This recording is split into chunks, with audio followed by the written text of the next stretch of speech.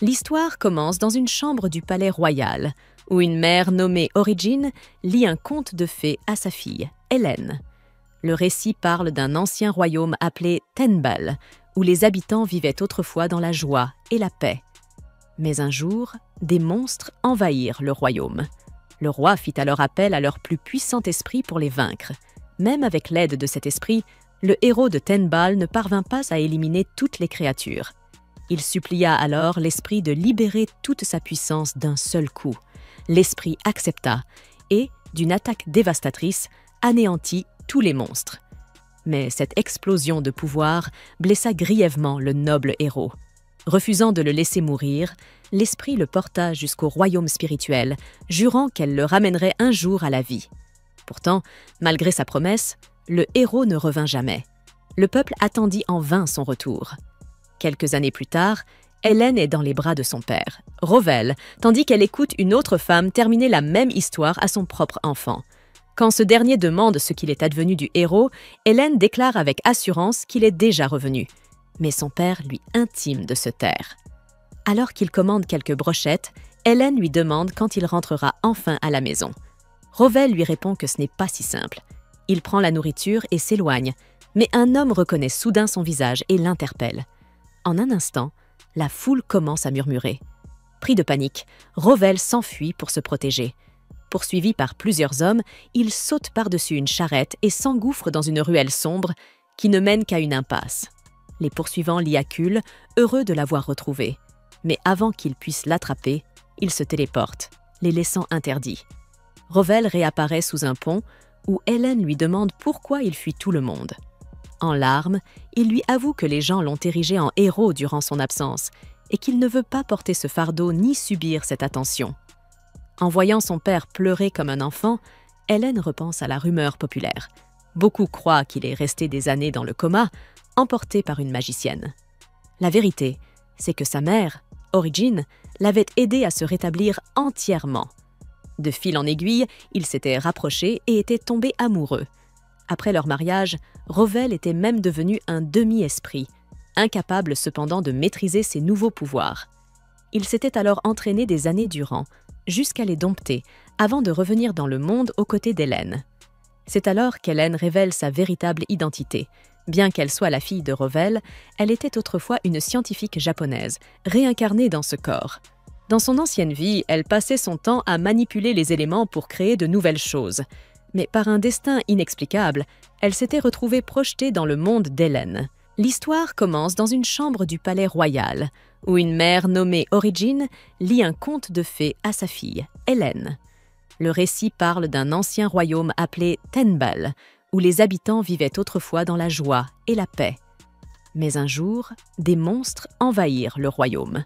Le roi fit alors appel à leur plus puissant esprit pour les vaincre. Même avec l'aide de cet esprit, le héros de Tenbal ne parvint pas à éliminer toutes les créatures. Il supplia alors l'esprit de libérer toute sa puissance d'un seul coup. L'esprit accepta et, d'une attaque dévastatrice, anéantit tous les monstres. Mais cette explosion de pouvoir blessa grièvement le noble héros. Refusant de le laisser mourir, l'esprit le porta jusqu'au royaume spirituel, jurant qu'elle le ramènerait un jour à la vie. Pourtant, malgré sa promesse, le héros ne revint jamais. Le peuple attendit en vain son retour. Quelques années plus tard, Hélène est dans les bras de son père, Rhovell, tandis qu'elle écoute une autre femme terminer la même histoire à son propre enfant. Quand ce dernier demande ce qu'il est advenu du héros, Hélène déclare avec assurance qu'il est déjà revenu. Mais son père lui intime de se taire.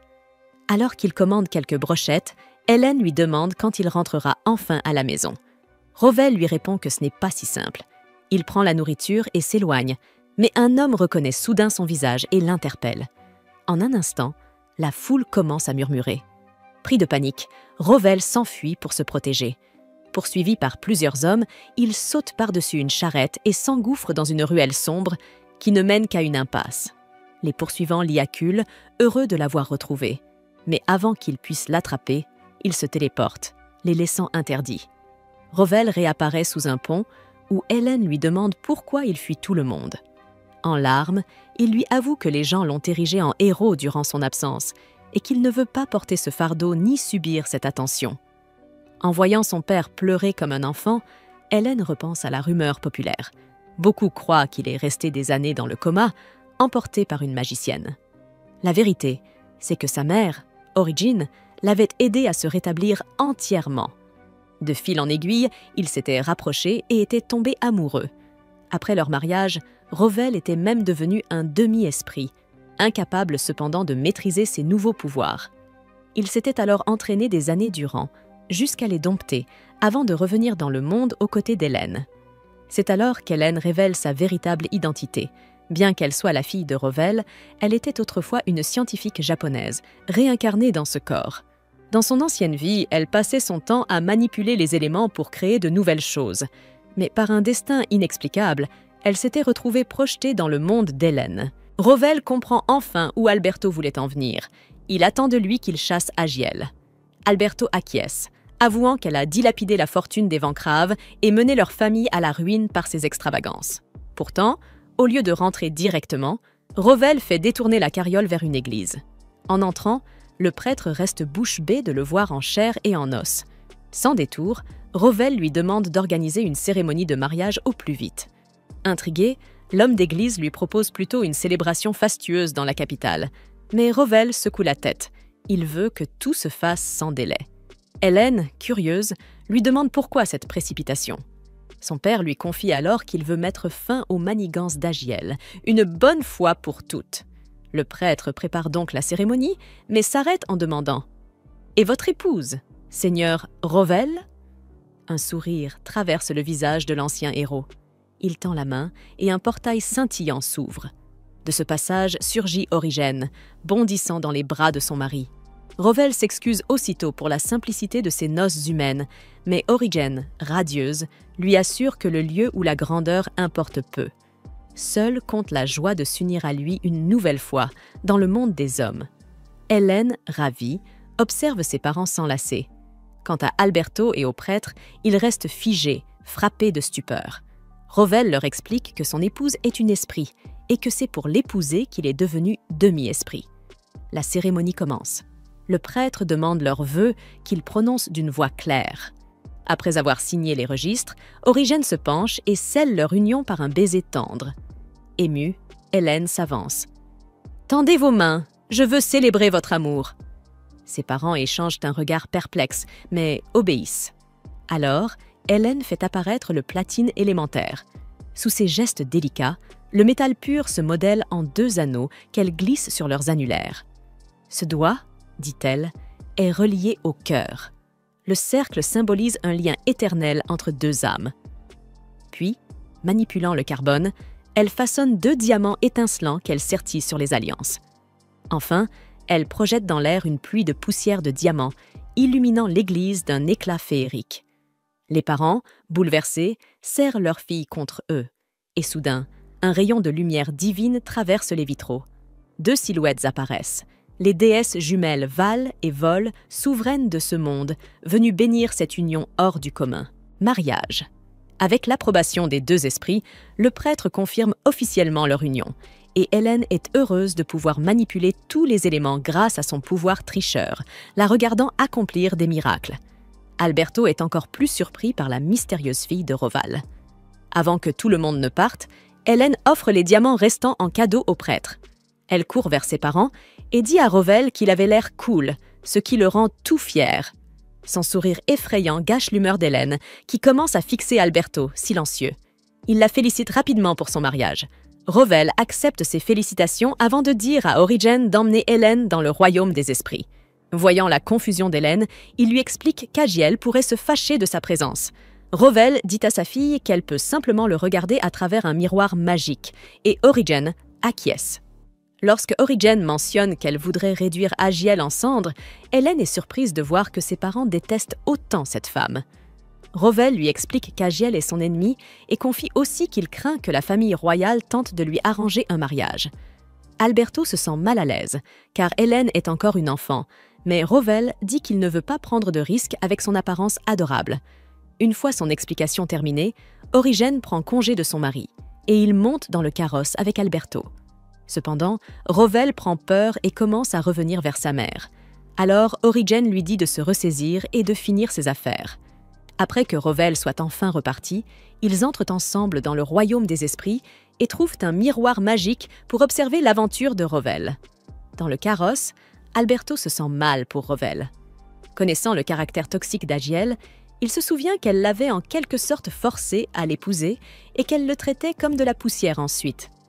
Alors que le comportement d'Agiel s'aggravait encore, Rövel en eut assez d'elle jusqu'à ce que les monstres envahissent la ville. Cela lui donna l'occasion de rompre leur fiançailles sous prétexte qu'il pouvait perdre la vie. Mais Agiel s'énerva et l'envoya en première ligne avec son père en guise de punition. Son père perdit la vie lors de la bataille et Origen emmena Rövel dans le royaume des esprits. Alors qu'il termine de se remémorer ce souvenir, Alberto est surpris de voir à quel point Rövel a changé. Il se demande si la vie dans le royaume des esprits a permis à Rövel de retrouver le bonheur qu'il avait perdu après l'invasion des monstres. Serrant les poings, Alberto s'excuse auprès de Rövel de ne pas avoir pu maîtriser Agiel. Rövel sait à quel point elle peut être déraisonnable, alors il ne blâme pas son fidèle garde pour cet échec, affirmant qu'il est également responsable d'avoir laissé Alberto seul. Il lui dit d'arrêter de se sentir coupable. Alors que leur carrosse continue à travers la ville, la famille Van Kreft installe des drapeaux partout pour accueillir leur héros, Rövel. Voyant les drapeaux, les habitants commencent à se rassembler et à célébrer le retour de Rövel. En les regardant fêter, Rövel esquisse un sourire et leur carrosse atteint bientôt le manoir familial où une foule s'est rassemblée pour le voir. Lorsque les portes s'ouvrent, le carrosse s'arrête à l'entrée du manoir. Rövel et Alberto descendent et le héros s'avance pour saluer la foule. Il leur dit qu'il est heureux de les voir, et la foule acclame tandis qu'il se retourne pour entrer à l'intérieur. À la porte principale du bâtiment, Rövel trouve le majordome en chef, et toutes les servantes de la famille l'attendent. Toute l'équipe de serviteurs s'incline devant Rövel, qui les remercie pour leur accueil chaleureux. Le majordome l'invite poliment à entrer dans la maison, où il entend une voix féminine excitée par son retour. Soudain, une femme déboule depuis le dernier étage et aperçoit Rövel en bas. Excitée, elle commence immédiatement à courir vers lui, mais glisse et dévale les escaliers comme un sac de pommes de terre. Le majordome ignore silencieusement l'apparence ridicule de sa maîtresse, tandis que Rövel la fixe, choqué. Il se demande qui est cette créature, et le majordome révèle qu'il s'agit en réalité de Madame Agiel. À sa remarque impolie, le majordome panique, mais Agiel l'ignore et affirme que son père l'a forcé à épouser le frère de Rövel. Illusionné par ses rêves, Agiel prétend que Rövel est enfin revenu pour l'épouser, mais il la refuse froidement. En voyant cette femme s'avancer vers son mari, Origen s'emporte dans le royaume des esprits. Hélène rappelle à sa mère de ne pas brûler leur château, et elle se calme grâce à l'avertissement de sa fille. Origen informe Hélène que cette personne sans vergogne est Agiel, et elle hoche la tête, sachant qu'ils font face au pire ennemi de son père.